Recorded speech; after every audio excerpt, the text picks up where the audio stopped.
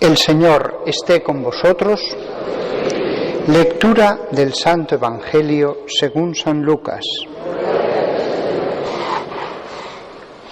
Una vez que Jesús estaba orando solo en presencia de sus discípulos, les preguntó: ¿Quién dice la gente que soy yo? Ellos contestaron: unos que Juan el Bautista, otros que Elías, otros dicen que ha vuelto a la vida uno de los antiguos profetas. Él les preguntó: ¿y vosotros quién decís que soy yo? Pedro tomó la palabra y dijo: el Mesías de Dios. Él les prohibió terminantemente decírselo a nadie y añadió: el Hijo del Hombre tiene que padecer mucho, ser desechado por los ancianos, sumos sacerdotes y escribas, ser ejecutado y resucitar al tercer día. Y dirigiéndose a todos dijo: el que quiera seguirme, que se niegue a sí mismo, cargue con su cruz cada día y se venga conmigo.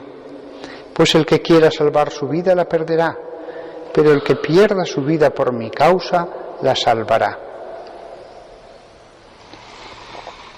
Palabra del Señor.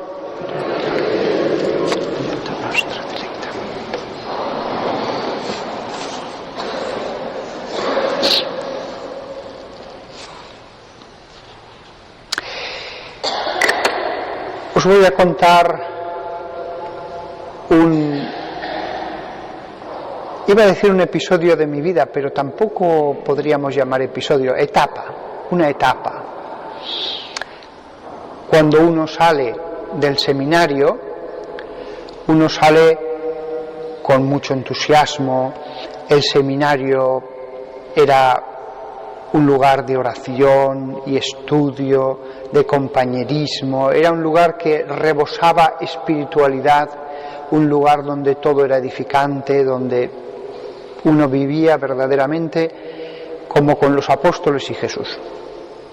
Pero después que uno es ordenado y es enviado a un pueblo pequeño y uno está solo y uno ve cómo la gente pues disfruta de las muchas cosas buenas que tiene la vida, viene una tentación. A mí me vino y estoy seguro de que a tantos otros les ha venido. La tentación es: ¿por qué no puedo yo hacer mi trabajo igual que lo estoy haciendo? Visitar a los enfermos, ayudar al prójimo, dar consuelo al que lo necesita, a veces consejo. Es decir, hacer el bien a los demás, ser un hombre bueno. Pero ¿por qué no puedo hacer eso y disfrutar de todas las cosas? Y cuando digo todas las cosas me refiero sexo, me refiero todos los placeres que tiene la existencia. ¿Por qué no puedo seguir todo el mensaje de Cristo, pero después al mismo tiempo disfrutar del sexo, disfrutar de la vida todo lo que pueda, pasármelo todo lo bien que pueda con todas las cosas?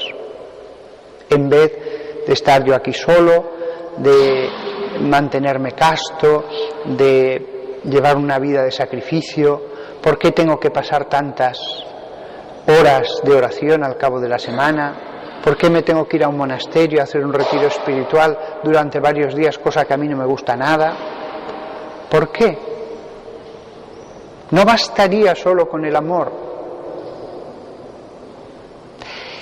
Pero había una cosa que cuando yo reflexionaba en mi oración acerca de esto, y ojo, fue solo una tentación, porque yo me daba cuenta enseguida de que en mitad de todo estaba la cruz.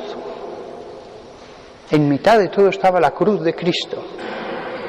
Y aquí es donde volvemos al Evangelio. Es decir, si yo hubiera seguido ese otro camino, ¿para qué Cristo tenía que morir en la cruz? También Él podía haber predicado, haber hecho el bien, haber hecho milagros, pero nada de sufrimiento. Sin embargo, Jesús lo dice muy claro: El Hijo del Hombre tiene que padecer mucho, ser desechado por los ancianos, sumos sacerdotes y escribas, ser ejecutado y resucitar al tercer día. Todas estas cosas le pasan a cualquiera y esa persona no lo puede evitar. Él no quiere sufrir, pero de pronto le persiguen, le matan, le torturan. Pero Jesús es distinto. Jesús era Dios. Jesús sí que podía haberlo evitado. Podía haber fulminado a todos con un pensamiento. Y sin embargo Jesús lo sabía y no lo evitó. Es más, lo hemos leído en la primera lectura, estaba profetizado. Hemos leído a Zacarías en el capítulo 12. Me mirarán a mí a quien traspasaron, harán llanto como llanto por el hijo único y llorarán como se llora al primogénito. Este profeta, y podríamos hablar de Isaías y podríamos hablar de otros muchos. Luego la cruz no es algo que sucedió por accidente, no. Estaba profetizado, Jesús lo sabía, Jesús podía haberlo evitado, pero formaba parte de su misión, formaba parte de su santificación como hombre. Entonces, yo me daba cuenta de que si yo seguía el otro camino, el camino de la no cruz, Jesús no tenía sentido. El Jesús del Evangelio no tenía sentido. Tampoco tenían sentido los monasterios, ni los carmelos, los conventos, ni los eremitas, ni toda la gente que se esfuerza en la oración, en la penitencia, en los ayunos. Todo eso dejaba de tener sentido. Si la cruz tiene sentido, tienen sentido las palabras de después de Jesús. Y dirigiéndose a todos dijo: el que quiera seguirme, que se niegue a sí mismo, cargue con su cruz cada día y se venga conmigo. La cruz. Entonces, esa tentación que tantas veces me vino mientras fui joven, mientras las pasiones son fuertes en uno mismo, quedaban acalladas al momento en cuanto en la oración me ponía a reflexionar sobre el tema. No podían resistir el poder de la palabra de Dios. Pero os cuento esto para que vosotros no os dejéis engañar.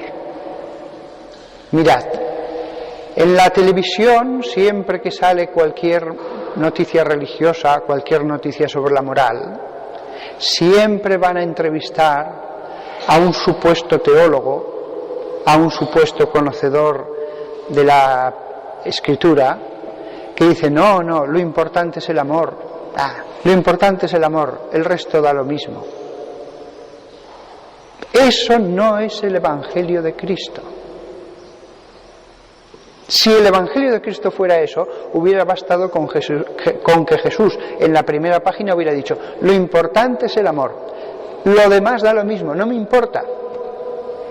Pero eso no es el Evangelio de Cristo. El amor forma parte del Evangelio de Cristo.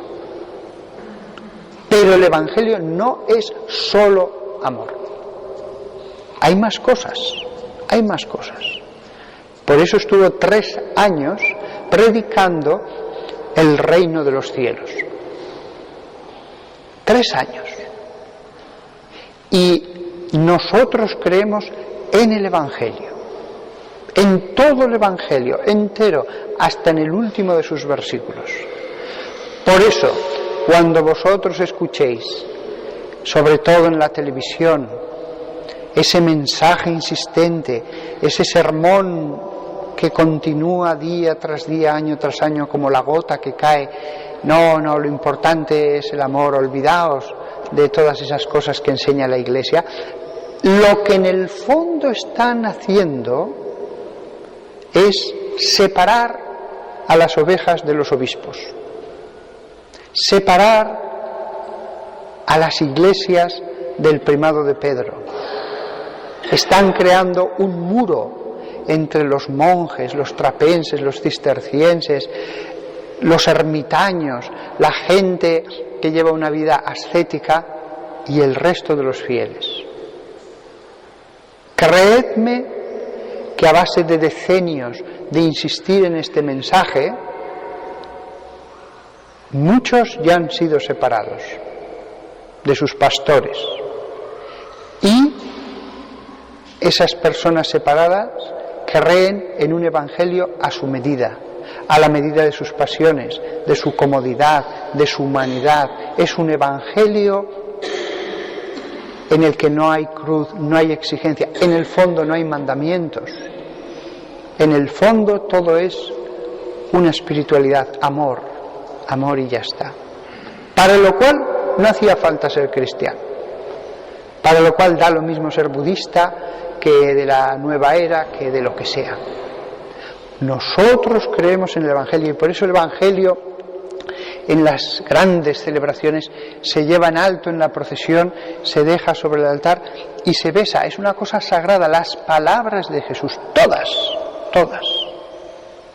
Nada más. Con esto acabo y os pido, os suplico que seáis sabios, que no os dejéis engañar por los medios de comunicación, que no os dejéis engañar, lo digo con una claridad brutal, no os dejéis engañar con la idea de una iglesia moderna.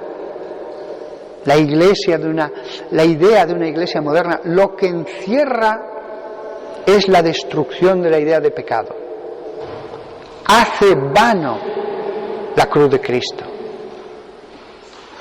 No os dejéis engañar con ideas de modernidad, porque los cristianos lo que creemos es en una tradición, el Evangelio rodeado por una tradición que nos lo explica. Y por lo tanto, aquellos que siempre están disconformes, aquellos que siempre están criticando, es que los obispos no se enteran. No, eres tú el que no te enteras. Jesús dijo, el que quiera seguirme, niéguese a sí mismo, tome su cruz y sígame. Por lo tanto, a partir de hoy, aquel al que mis palabras le resulten un poco extrañas, que reflexione, que lo piense delante del sagrario, porque yo tantas veces cuantas me sentaba en el banco a hacer la oración, la voz del Señor era nítida y clara, no dejaba ninguna duda, y todo coincidía con este sagrado libro en el que se contiene lo que realmente Él dijo y lo que ha querido que quede hasta nosotros. Que la Santísima Virgen María nos ayude a comprender el Evangelio, a negarnos a nosotros mismos y a empezar como discípulos de Jesús.